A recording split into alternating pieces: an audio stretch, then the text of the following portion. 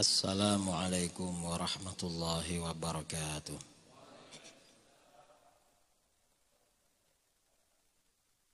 Bismillahirrahmanirrahim. Alhamdulillahi rabbil alamin. Lahul hamdu wa lahul fadlu wa lahul ni'mah wa lahul thana'ul hasan.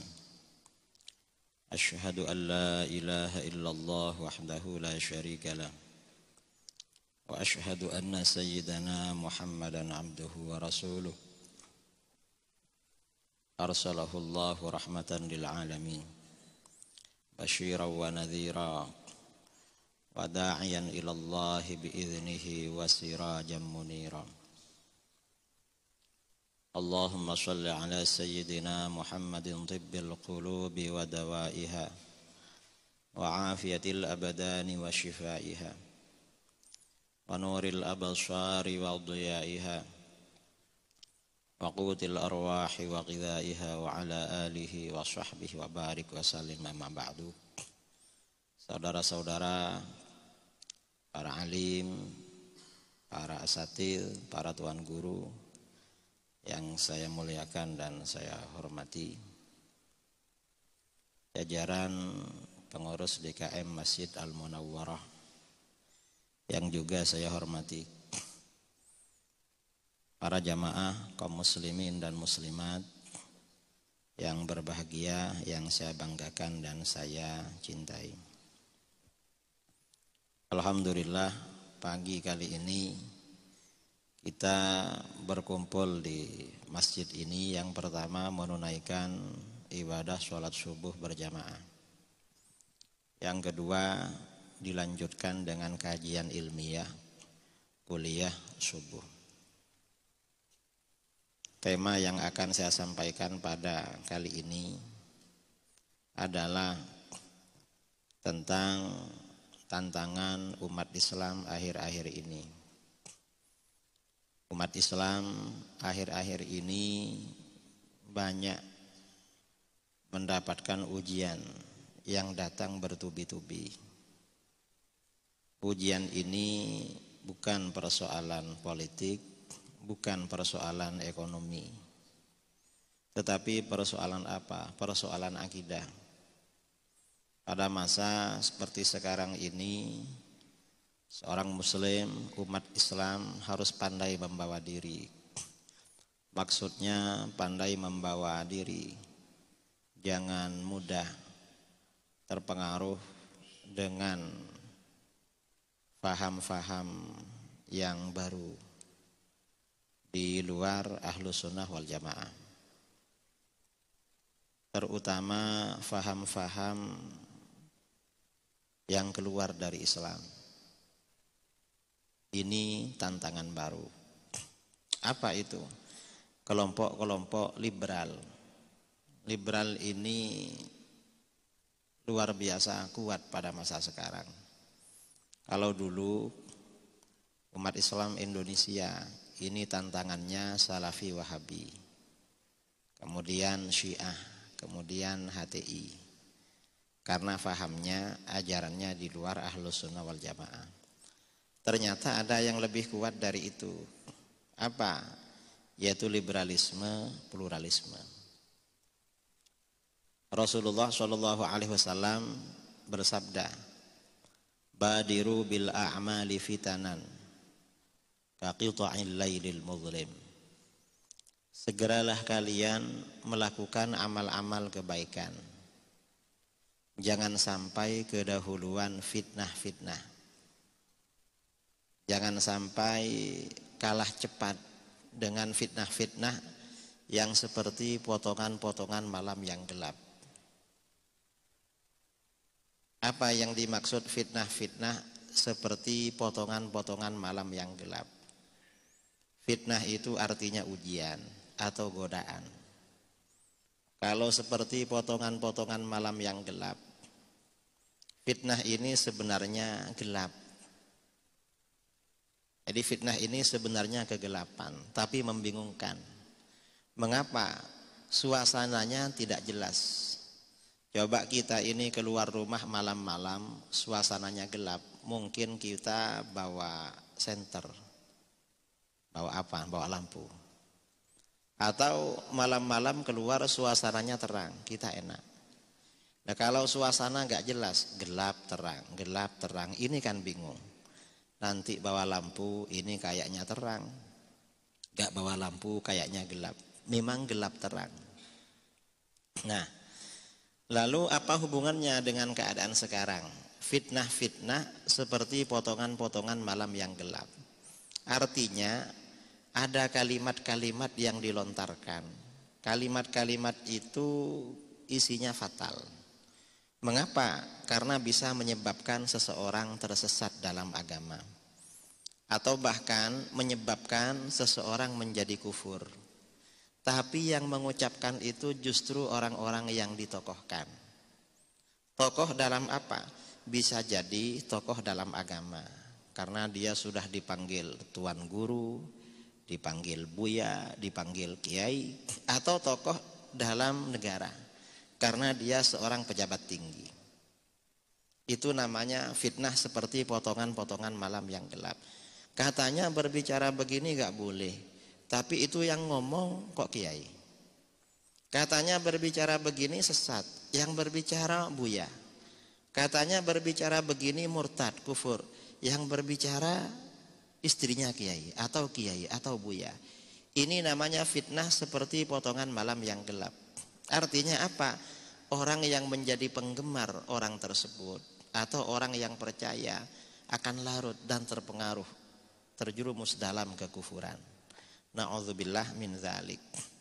Nah, dalam hadis tadi disebutkan yumsir rajulu mu'minan wa yusbihu kafiran. Seseorang sore-sore masih beriman, besok paginya berubah menjadi kufur, menjadi orang kafir. Wa yusbihu mu'minan wa yumsi kafiran. Ada orang-orang yang pagi hari beriman, sorenya berubah menjadi kufur. Mengapa?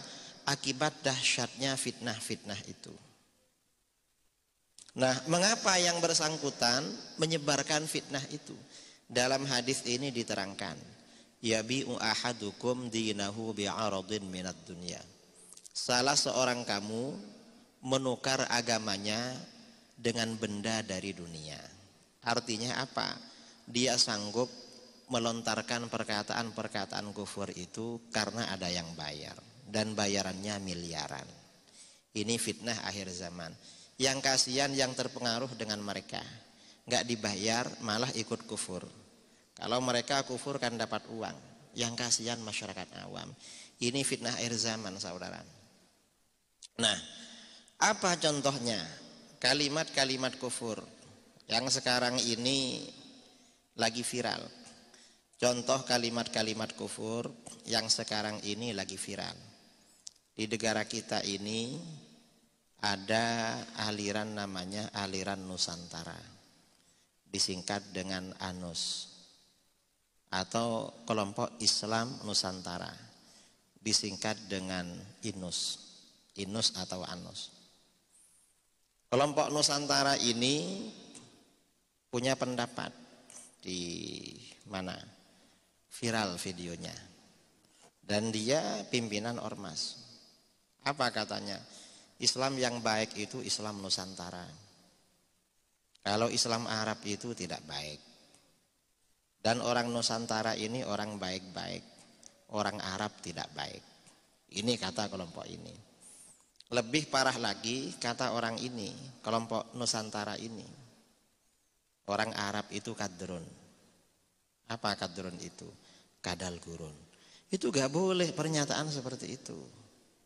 Menganggap bangsa Nusantara lebih mulia, lebih baik daripada orang Arab itu tidak boleh.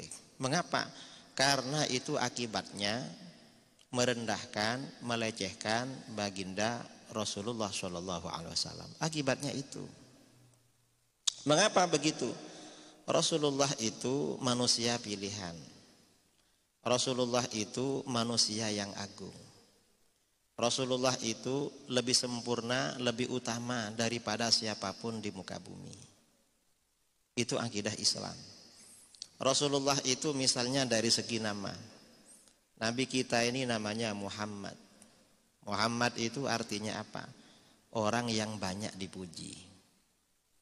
Mengapa Rasulullah itu dikasih nama Muhammad? Orang yang paling banyak dipuji. Nama bagi seorang nabi itu beda dengan nama bagi orang biasa seperti kita. Bedanya apa? Kalau nama bagi kita itu hanya sebuah nama tanpa makna. Tapi nama bagi seorang nabi itu memang sifat kepribadian beliau. Karenanya Rasulullah ini namanya banyak. Orang semakin tinggi kesempurnaannya, namanya semakin banyak. Misalnya orang kuliah, anak kuliahan. Kalau S1 LC, Fulan LC. Nanti sekolah lagi tambah MA, LC MA. Nanti kuliah lagi, doktor LC LA. Nanti diakui oleh pemerintah dunia pendidikan, profesor, doktor LC MA. Itu manusia. Manusia biasa. Para nabi juga begitu. Semakin tinggi derajatnya, semakin banyak namanya. Rasulullah SAW ini kata para ulama, ada yang mengatakan beliau punya nama-nama jumlahnya 200 nama. Ada yang mengatakan 400. Ada yang mengatakan 500. Ada yang mengatakan 1000 nama bagi beliau. Nama itu disebutkan di dalam Al-Quran, di dalam hadis-hadis, dan di dalam kitab-kitab samawi sebelumnya. Nama-nama beliau. Dan nama bagi beliau itu memang sifat kepribadian. Contohnya apa? Beliau ini di antara namanya adalah Muhammad. Muhammad itu artinya apa? Orang yang selalu dipuji. Orang yang banyak dipuji. Dan memang Rasulullah itu orang yang paling banyak dipuji. Orang itu kalau banyak dipuji biasanya menjadi buah bibir. Sering disebutkan orang. Coba kita pikir, siapa orang di dunia yang paling banyak disebutkan orang? Rasulullah. Setiap orang azan nyebut nama beliau. Orang sholat nyebut nama beliau. Orang berdoa bersolawat pada beliau. Apalagi orang bersolawat. Enggak ada yang seperti beliau. Dan beliau itu dipuji bukan karena disebut. Tetapi memang apa saja yang ada pada diri beliau itu selalu terpuji. Momen-momen apa saja yang terjadi pada beliau, beliau selalu yang terpuji. Apa saja yang berkaitan dengan beliau selalu dipuji. Karena selalu diberikan yang terbaik oleh Allah. Makanya beliau diberi nama Muhammad. Ini contoh ya. Rasulullah itu lahir dari keluarga Bani Hashim. Karena Muhammad bin Abdullah bin Abdul Muttalib bin Hashim. Keturunan Bani Hashim. Bani Hashim ini marga dari suku Quraisy. Cabang dari suku Quraisy. Bin Hashim, bin Abdi Manaf, bin Qusay, bin Kilab, bin Murrah, bin Ka'ab, bin Lu'ay, bin Ghalib. Katanya Quraisy itu. Nah Quraisy ini cabang dari suku Kinanah, bin Kinanah, bin Mudrikah, bin Ilyas, bin Mudar. Nah, kemudian Kinanah ini cabang dari suku Bani Ismail, Nabi Ismail.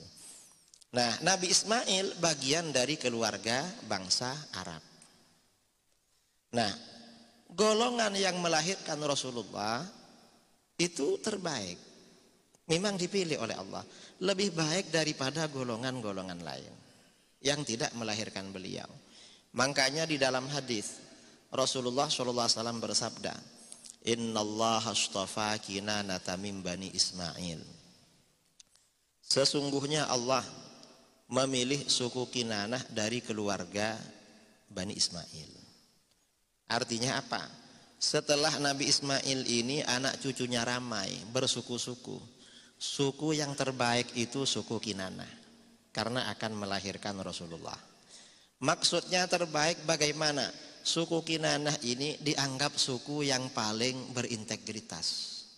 Anggotanya itu akhlaknya bagus-bagus. Orang-orangnya berwibawa. Ini suku Kinanah. Setelah suku Kinanah ini anak cucunya ramai. Wastofa min Kinanata Quraisyan. Allah memilih suku Quraisy di antara keturunan kita. Suku Quraisy ini suku yang orang-orangnya dianggap berintegritas, paling disegani di Arab, paling berwibawa. Sehingga turun surat namanya surat Quraisy. Mengapa turun surat Quraisy? Itu pujian tentang keistimewaan Quraisy. Li'ilafi Quraisy ilafihim rihlatasy syita'i was-shaif. Karena kebiasaan orang Quraisy. Kebiasaan apa? Kebiasaan mereka melakukan perjalanan pada waktu musim kemarau dan musim hujan. Musim satunya mereka melakukan perjalanan ke Palestina, satunya ke Yaman. Tiap musim berubah. Nah, Quraisy ini melakukan perjalanan begitu. Karena itu falya'budu rabb hadzal bait. Hendaklah orang-orang Quraisy ini menyembah Tuhannya Baitullah ini, yaitu Allah. Jangan menyembah berhala. Mengapa? Allazi at'amahum min ju'. Tuhannya Baitullah, yaitu Allah, telah memberi makan mereka dari rasa lapar. Maksudnya apa? Quraisy ini diistimewakan oleh Allah. Ketika bangsa-bangsa lain, ketika suku-suku lain di Arab menghadapi kelaparan, suku Quraisy tak pernah kelaparan. Oleh Allah dijaga. Wa amanahum min khauf. Allah memberi rasa aman orang Quraisy dari ketakutan. Maksudnya apa? Ketika suku-suku lain di Arab ketakutan, diserbu oleh suku-suku lain sesama Arabnya. Atau ketika perjalanan, suku-suku lain ketakutan, dirampok di tengah jalan, barang-barangnya diambil, orangnya dibunuh atau dijadikan budak, diperjualbelikan. Suku Quraisy itu aman, saudara. Enggak pernah dirampok dan enggak pernah diserbu oleh suku lain. Mengapa aman? Suku Quraisy ini suku paling berwibawa, disegani oleh orang. Kalau orang Quraisy ini melakukan perjalanan, misalnya berapa orang, 2 orang atau 1 orang atau berapa orang lah, malam-malam bertemu rampok, bertemu begal. Maka ditanya, dari mana? Orang Quraisy menjawab, kami dari suku Quraisy, penjaga tanah suci. Perampoknya agak berani. Mengapa? Segan. Segan sama orang Quraisy, takut kualat. Kalau menurut kita ini takut kena kualat. Artinya apa? Orang Quraisy ini memang istimewa. Yang lain ketakutan, orang Quraisy gak takut. Ini keluarganya Rasulullah SAW. Memang dianggap punya integritas itu. Beda dengan bangsa-bangsa lain. Bangsa kita gak berwibawa, saudara. Mengapa gak berwibawa? Kita ini dijajah Belanda berapa puluh tahun? 350. Gak wibawa. Ini bangsa kita. Nah, setelah suku Quraisy ini ramai, anak cucunya wastafa min Quraisyin Bani Hashim. Allah memilih keluarga Bani Hashim di antara suku Quraisy. Keluarga Bani Hashim ini bangsawan level paling tinggi, paling disegani di Arab, di Mekah. Karenanya ketika Raja Abraha datang ke kota Mekah, yang dijumpai itu kakeknya Rasulullah SAW, Abdul Muttalib bin Hashim. Mengapa Abdul Muttalib? Karena dia dianggap tokoh nomor 1. Itu Bani Hashim. Wastafani min Bani Hashim. Dan Allah memilih aku dari keluarga Bani Hashim. Bani Hashim ini pilihan, lalu Rasulullah dipilih lagi. Fa'ana khiyarun min khiyar. Aku ini yang terpilih dari sekian banyak golongan terpilih. Aku adalah yang terbaik dari sekian banyak golongan terbaik. Artinya apa? Karena Rasulullah ini makhluk paling baik, maka golongan yang melahirkan beliau juga terbaik dibandingkan golongan-golongan yang lain. Karenanya bangsa Arab yang melahirkan Rasulullah itu lebih baik daripada bangsa lain. Karena pilihan memang. Itu bangsa Arab. Rasulullah itu ayahnya bernama Abdullah. Saudaranya ada 10. Abdullah ini dan saudara-saudaranya ganteng-ganteng. Paling ganteng di Mekah. Pokoknya kalau Abdullah dan saudaranya paling ganteng. Dan Abdullah ini paling ganteng, paling tampan, dan paling pendiam. Karena Abdullah ini paling tampan, paling pendiam, Abdullah ini diam-diam disukai gadis-gadis kota Mekah. Sehingga ketika Abdullah ini menikah dengan Siti Aminah, diriwayatkan dalam kitab As-Sirah An-Nabawiyah karangan As-Sayyid Ahmad bin Zaini Dahlan, di Mekah itu heboh waktu pernikahan Abdullah. Mengapa heboh? Ada sekitar 30 gadis kota Mekah meninggal dunia pada hari itu. Mengapa? Karena patah hati. Ini waktu meninggalnya Abdullah. Mengapa? Perempuan itu kalau patah hati gak tahan, bisa mati loh. Paling enggak kadang-kadang sakit berhari-hari. Kadang-kadang walaupun enggak sakit langsung pendarahan, istihadah, haidnya agak selesai-selesai karena sakit hati. Paling enggak perempuan kalau kecewa itu mojok lalu menangis. Beda dengan laki-laki. Laki-laki ini kalau kecewa dibawa rokokan sembuh itu. Nanti rokokan sambil minum kopi, itu laki-laki. Nah, artinya apa? Golongan, keluarga, bangsa yang melahirkan Rasulullah SAW memang dipilih oleh Allah. Lebih baik daripada bangsa lain. Lebih baik memang daripada bangsa lain. Dari segi apa? Baik dari segi fisik maupun dari watak yang positif. Bagus Arab memang. Karenanya Rasulullah gak lahir di Nusantara. Lahirnya di Arab. Karena mereka golongan yang paling baik.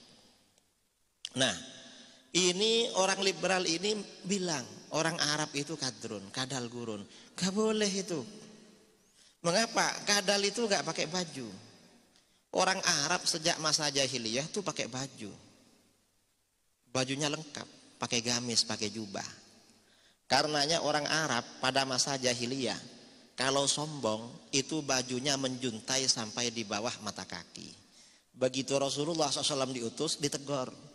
Baju yang turun di bawah mata kaki karena sombong masuk neraka. Dulu. Karena sombongnya seperti itu. Nah, yang bajunya minim itu siapa saudara? Yang bajunya minim bangsa Nusantara. Tahu bajunya bangsa kita Nusantara dulu. Sekarang masih ada sisanya. Sekarang sudah hampir gak ada ya. Dulu kita masih kecil, orang-orang Dayak, orang-orang suku anak dalam, orang-orang Papua. Yang laki-laki yang ditutup itu bagian mana? Cuma aurat bagian depan yang ditutup. Pakai apa itu? Kayak selang, pakai koteka. Yang lainnya dibuka. Mengapa ditutup? Mungkin malu kalau kecil, takut ketahuan. Tahu apa? Yang perempuan yang ditutup cuma bawah pusar, pakai kain atau pakai apa turun ke bawah. Yang lainnya dibuka. Artinya apa? Bangsa kita ini pakaiannya memang minim. Kita berpakaian lengkap kayak gini karena ada Islam. Coba agak ada Islam ya mungkin santai aja gak pakai baju itu. Artinya apa? Bangsa Arab itu memang dipilih oleh Allah. Jadi bangsa yang melahirkan baginda Rasulullah. Ini kita perlu tahu. Karena tujuan orang-orang merendahkan bangsa Arab itu pada akhirnya agar kita membenci baginda Rasulullah SAW. Arahnya ke sana. Cuma mereka pelan-pelan itu. Hati-hati dengan itu. Karena skenarionya dari iblis. Bukan dari siapa. Ini contoh ya. Contoh. Bahwa apa saja yang berkaitan dengan Rasulullah SAW selalu diberikan yang terbaik. Contoh lagi. Rasulullah ini agamanya agama Islam. Agama Islam ini enggak sama dengan agama-agama yang lain. Artinya sesama agama-agama yang lurus. Enggak samanya bagaimana? Islam ini agama sempurna. Makanya di dalam Al-Quran dikatakan Al-yawma akmaltu lakum dinakum. Pada hari ini aku sempurnakan bagimu agamamu. Ini ada deklarasi, penegasan dari Allah kalau Islam sempurna. Dan sempurna ini tidak diberikan oleh Allah pada agama-agama sebelumnya. Hanya Islam yang sempurna. Karenanya ketika orang-orang Yahudi berdialog dengan Sayyidina Umar bin Khattab tentang ayat ini, al-yauma akmaltu lakum dinakum. Bagaimana kata Yahudi? Kata Yahudi, law nazalat hadhil ayatu fina laja'alna yaumaha idan. Coba ayat ini turun pada kami orang-orang Yahudi, pasti hari turunnya kami jadikan hari raya. Mengapa? Ini kebanggaan luar biasa karena agamanya dianggap sempurna oleh Allah. Berarti bagaimana? Agama sebelum Islam oleh Allah gak dianggap sempurna. Jadi Islam ini sempurna. Sempurna apanya? Dalil-dalilnya sempurna. Persoalan apa yang gak ada dalilnya? Lalu sempurna apanya? Ajaran-ajarannya sempurna. Kok sempurna? Semua aspek dalam kehidupan ini pasti disentuh oleh hukum Islam. Kita ini kalau masuk masjid ada adabnya apa enggak? Ada adabnya. Apa adabnya? Kaki yang naik sebelah kanan dulu baca doa. Allahumma ghfirli waftahli abwaaba rahmatik. Kalau keluar dari masjid ada adabnya apa enggak? Ada adab. Kaki sebelah kiri duluan lalu berdoa, Allahumma inni as'aluka min fadlikal azim. Lalu pakai sandal, ada adabnya, ada. Gimana? Yang masuk pertama kali yang mana? Sebelah kanan. Kalau melepas sandal, yang lepas pertama kali yang mana? Sebelah kiri. Pakai baju juga begitu. Masuk rumah ada adabnya, keluar rumah ada adabnya. Masuk kamar mandi ada adabnya. Keluar kamar mandi ada adabnya. Masuk kamar privasi suami istri ada adabnya. Mau makan semuanya ada adabnya. Agama lain gak ada, saudara. Ini paling lengkap. Karenanya kalau ada momen, ada kejadian, lalu kita bingung, kalau terjadi seperti ini baca apa, ngapain? Ini perlu belajar lagi. Mengapa? Islam itu lengkap. Setiap momen adabnya beda-beda. Karena agama sempurna. Ini gak sama dengan agama-agama yang lain. Memang istimewa agamanya Rasulullah SAW ini. Ini kemarin ada orang liberal ngomong, apa kata dia? Islam itu belum sempurna dan tidak akan sempurna. Loh, gak sempurna. Yang gak sempurna itu Islamnya kamu, Islam liberal. Kalau Islamnya Rasulullah, Islamnya para sahabat, Islamnya para ulama salaf, Islamnya para aulia, Islamnya ahlus sunnah wal jamaah, itu Islam yang sempurna. Kita harus punya keyakinan seperti itu. Kalau menolak, tidak menganggap Islam sempurna, kafir. Mengapa? Karena melawan Al-Quran. Gak boleh melawan Al-Quran, itu gak boleh. Ini contoh ya, kesempurnaan Islam. Dan ini diakui hatta orang-orang di luar Islam. Saya lupa namanya. Ada tokoh Kristen dari barat. Kemudian kawannya mau masuk Islam.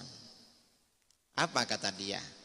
Kata kawannya ini, kamu kalau masuk Islam ya harus sungguhan. Kenapa? Islam itu peraturan semua.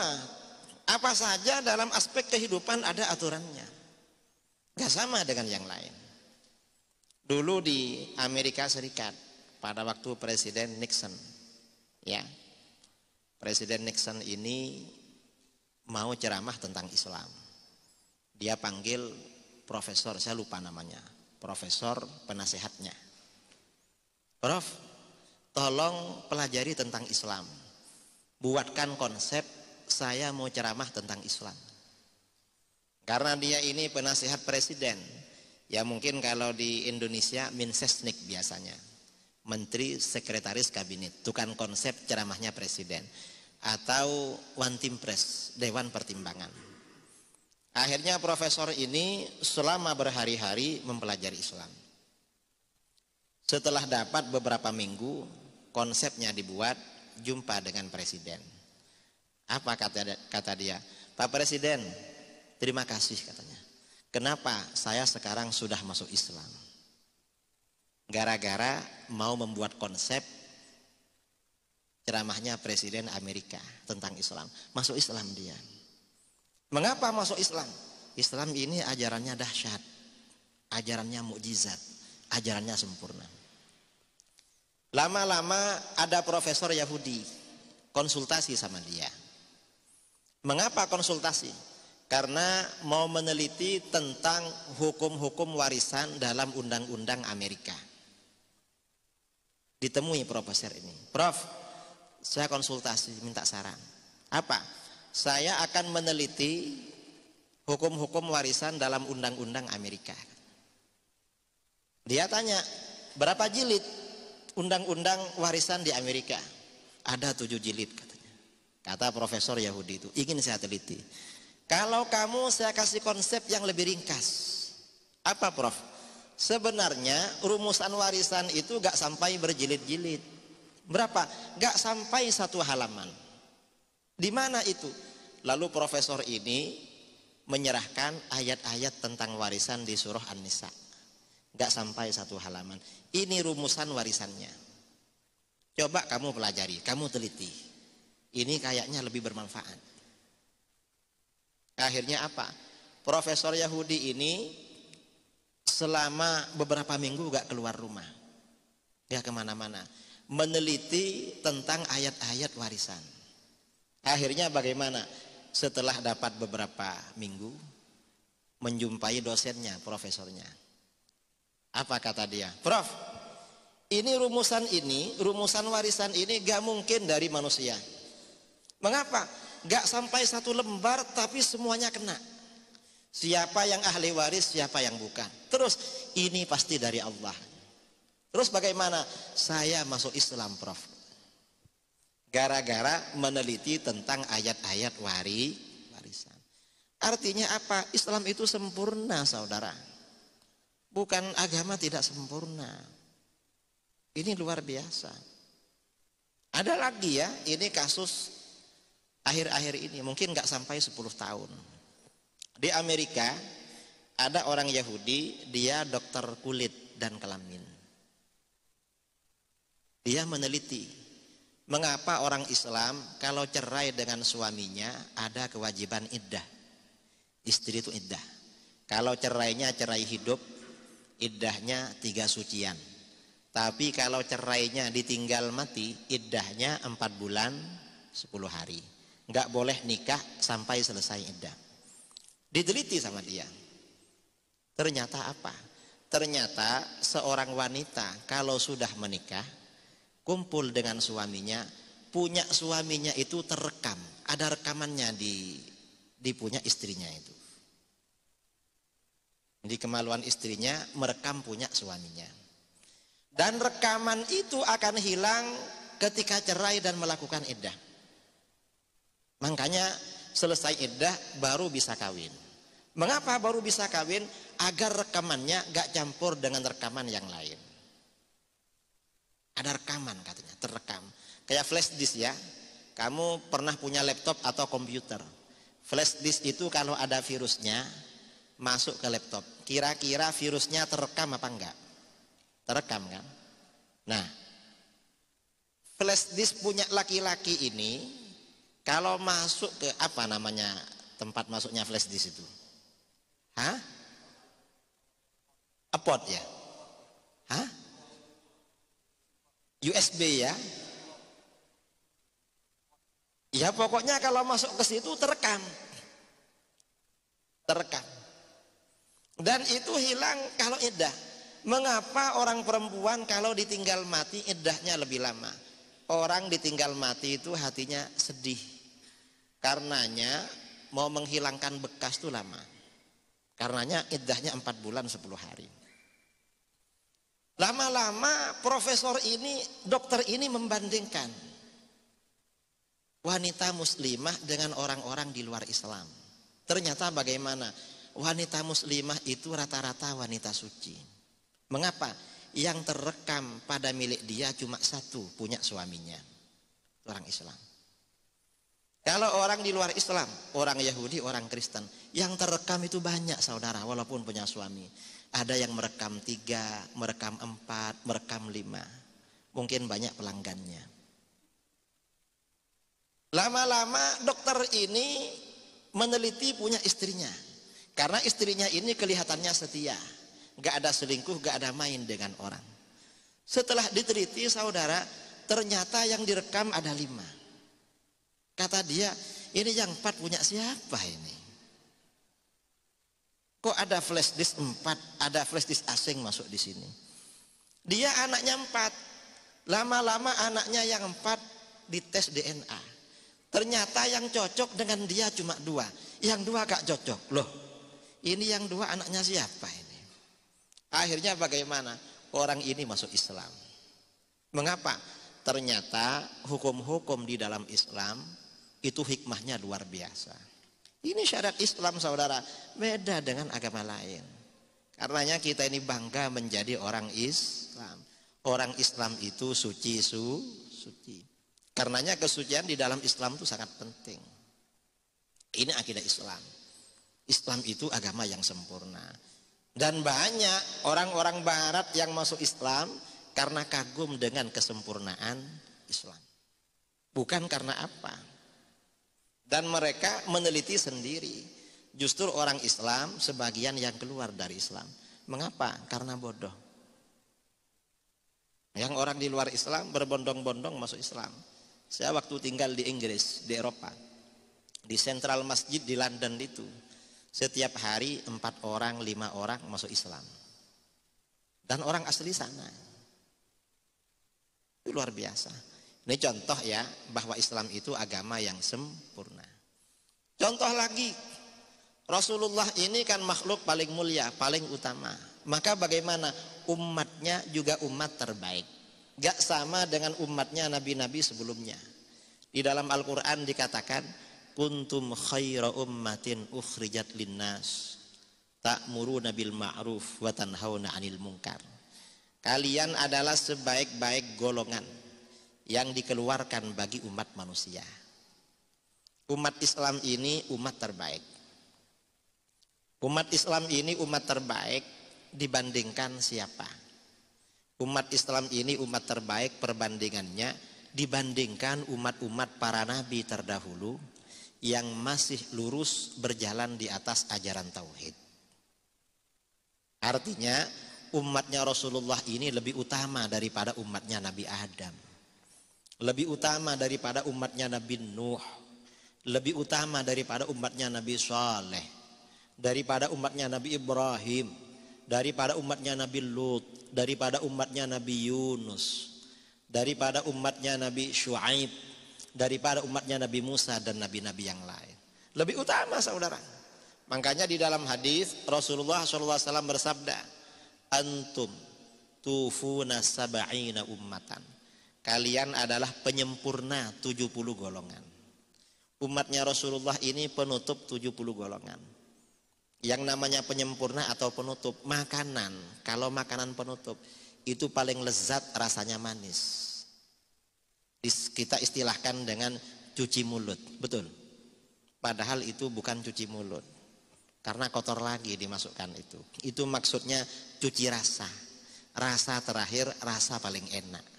Nah, karena umatnya Rasulullah ini umat penyempurna, penutup, maka bagaimana? Antum khairuha wa akramuha 'alallahi azza wajal. Kalian adalah yang terbaik dan yang paling mulia di hadapan Allah azza wajalla. Jadi umat Islam ini umat terbaik dibandingkan umat-umat para nabi. Karena umat Islam ini umat terbaik, gak bisa disamakan dengan umat-umat kafir yang ada sekarang. Kalau dengan orang kafir gak bisa dibandingkan. Mengapa gak bisa? Karena menurut akidah kita di dalam Al-Quran, orang kafir itu levelnya, derajatnya di bawah hewan, di bawah binatang. Ulaika kal an'am balhum adal. Orang kafir itu seperti hewan-hewan, bahkan lebih sesat daripada binatang. Itu Al-Quran. Ini penting karena sekarang ini orang-orang Nusantara, orang-orang liberal ngomong. Apa kata dia?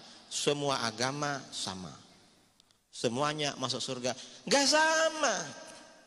Kita ini harus punya keyakinan yang masuk surga itu orang Islam.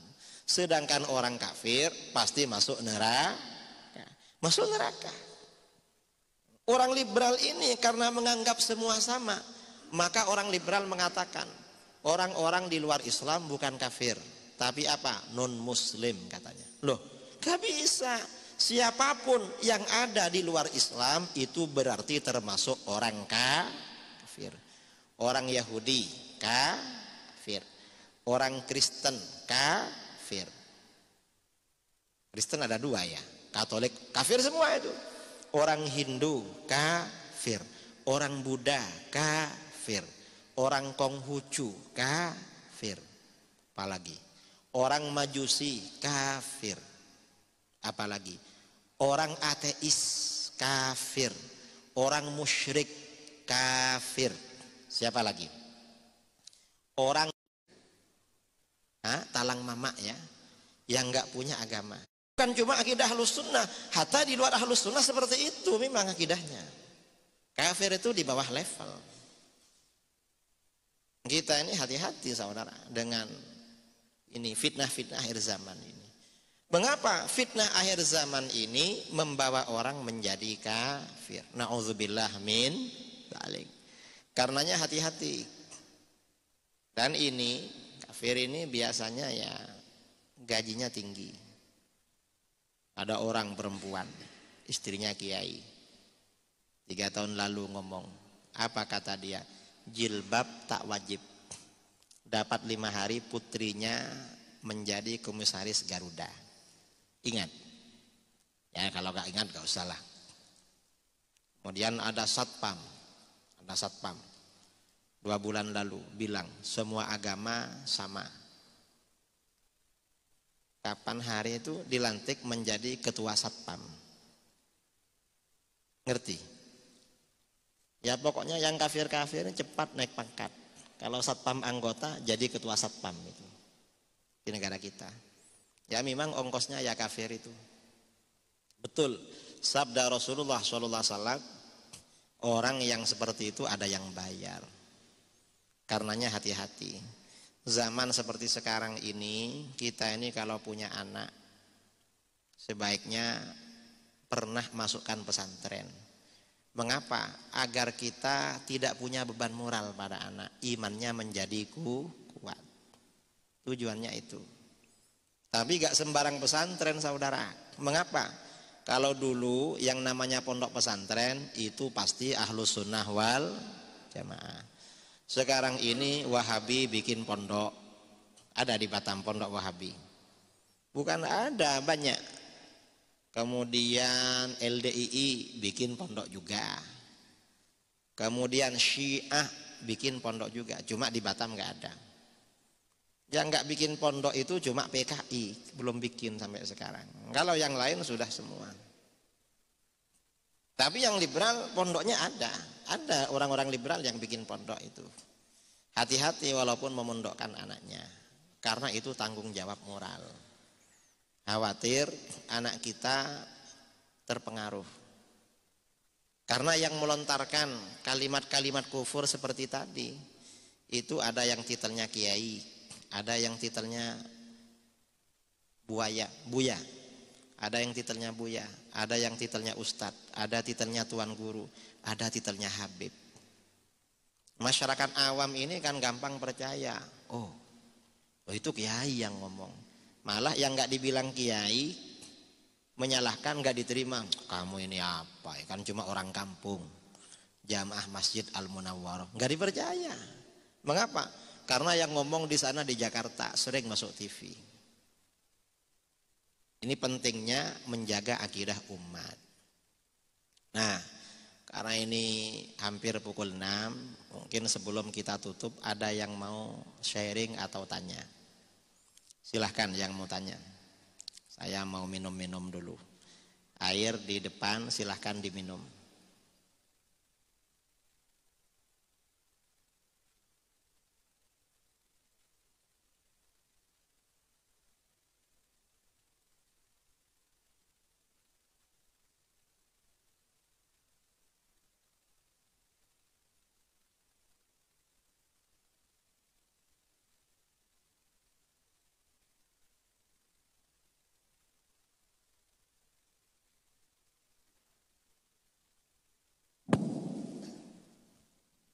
Assalamualaikum warahmatullahi wabarakatuh.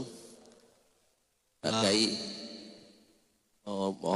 saya bertanya Pak Kiai. Mana orangnya ini? Ayo kayak. Oh. Ampun lah Kiai.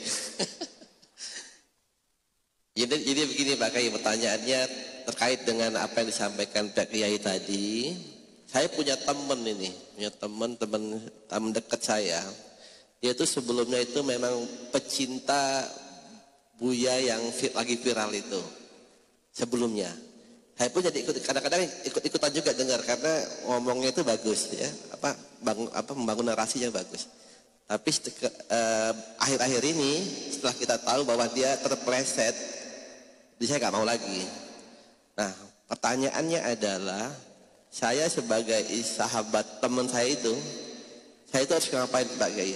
Saya ingetin bener-bener biar dia stop, jangan dengar itu lagi, atau seperti apa?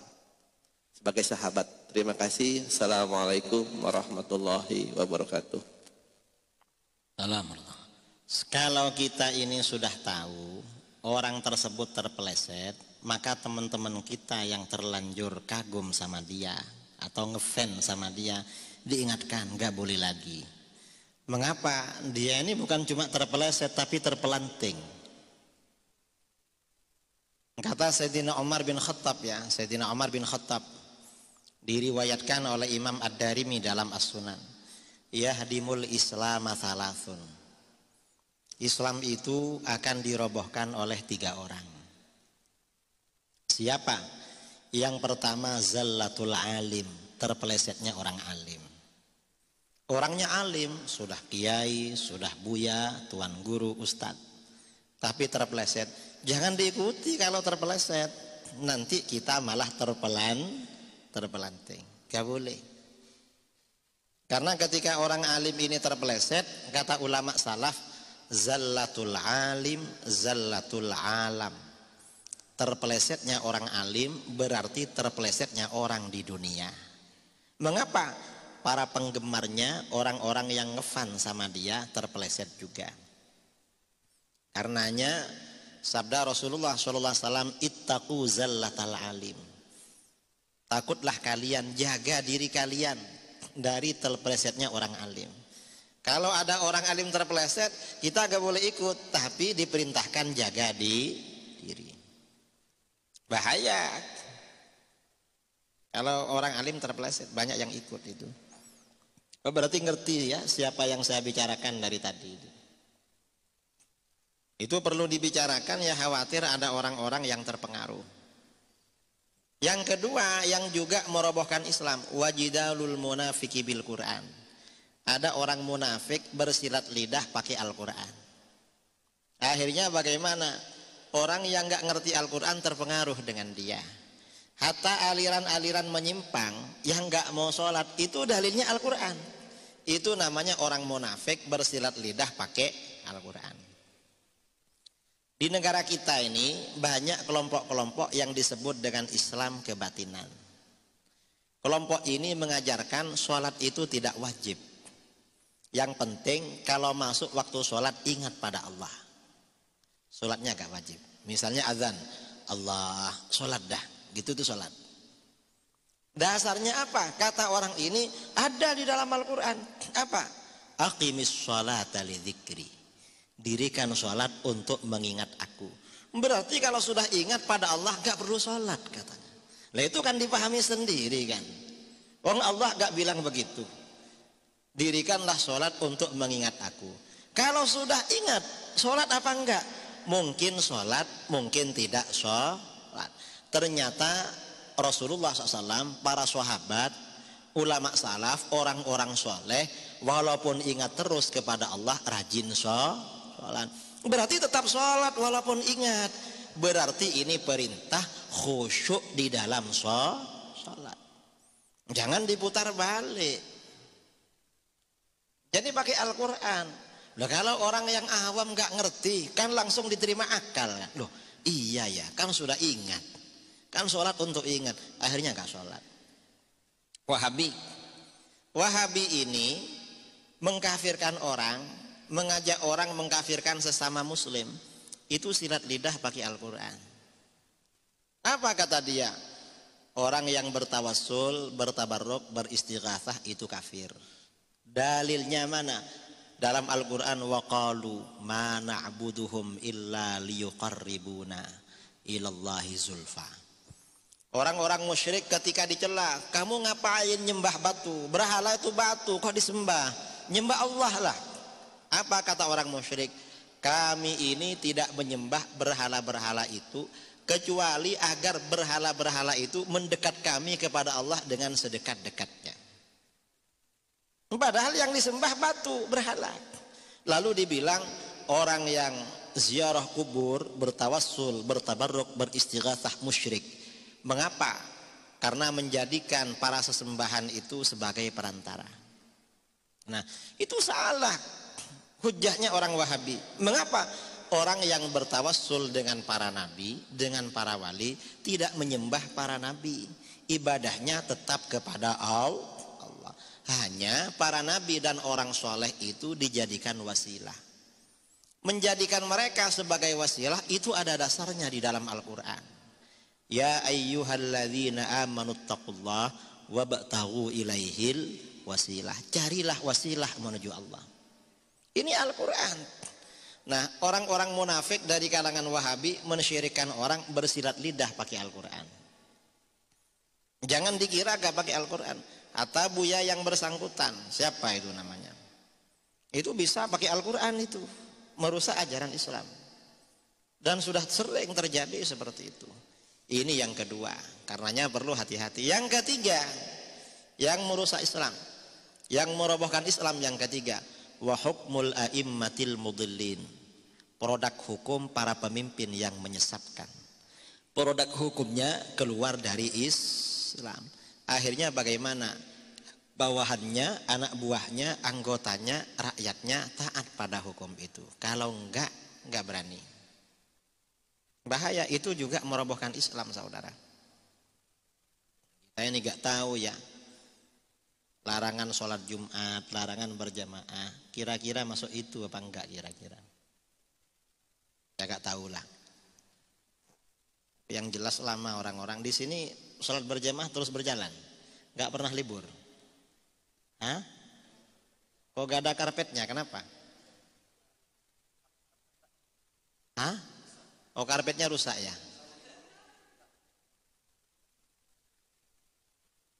Khawatir itu termasuk ini apa? Liberal-liberal itu. Ada lagi?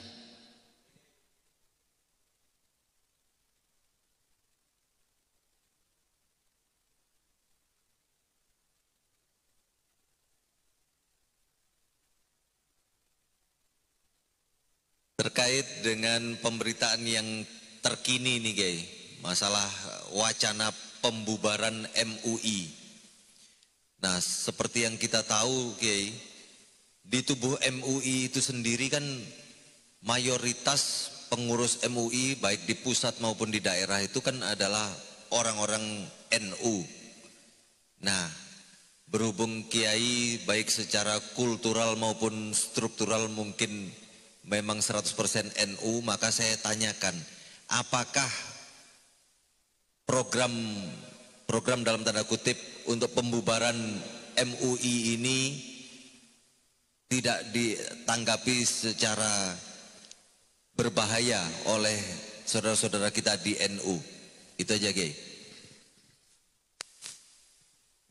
Saya kira segelintir orang yang teriak-teriak MUI dibubarkan itu kelompoknya orang-orang munafik, artinya orang-orang liberal. Orang-orang liberal. Apakah gak perlu ditanggapi? Ya, ditanggapi dengan aksi nyata aja, gak perlu ditanggapi pernyataannya. Karena kalau ditanggapi nanti dia tambah terkenal. Dan MUI ini sudah mengakar seluruh Indonesia. Mau dibubarkan gimana? Dan kalaupun dibubarkan, nanti mereka membentuk perkumpulan sendiri. Gak bisa dibendung seperti itu. Umat Islam ini memang karakternya amar ma'ruf nahi mungkar. Dibubarkan bikin sendiri nanti. Kalau bikin sendiri tambah banyak, tambah ruwet malah mengaturnya. Saya kira pemerintah mikir-mikir membubarkan itu. Beda kalau dengan pembubaran HTI. Karena belum mengakar. Orang-orang yang ada di HTI bukan tokoh-tokoh sentral di pusat maupun di daerah. Makanya begitu dibubarkan ya habis. Kalau MUI ini berat loh membubarkan. Orang-orangnya banyak tokoh-tokoh sentral. Walaupun nggak pakai baju MUI, mereka bisa kumpulan.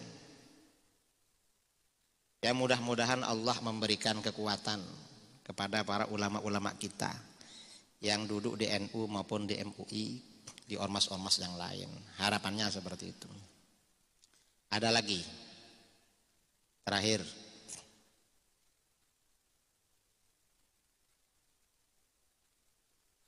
Kalau gak ada, mari baca sholawat badar. Salatullah salamullah ala Taha Rasulillah. Salatullah salamullah ala Yasin Habibillah. Tawassalna bismillah wa bil hadi Rasulillah wa kulli mujahidin lillah bi ahlil badri ya Allah. Salatullah salamullah ala Taha Rasulillah. Salatullah salamullah ala Yasin Habibillah. Ilahi salimil ummah minal afati wan nikmah wa min hami wa min ghummah bi ahlil badri ya Allah. Salatullah salamullah ala Taha Rasulillah. Salatullah salamullah ala Yasin Habibillah. Wa salli ala nabil barri bila addi wala hasri wal ali sadatil ghurri bi ahlil badri ya Allah. Salatullah salamullah ala Taha Rasulillah. Salatullah salamullah ala Yasin Habibillah. Saya kira itu yang perlu kita sampaikan. Kurang lebihnya mohon maaf yang sebesar-besarnya. Assalamualaikum warahmatullahi wabarakatuh.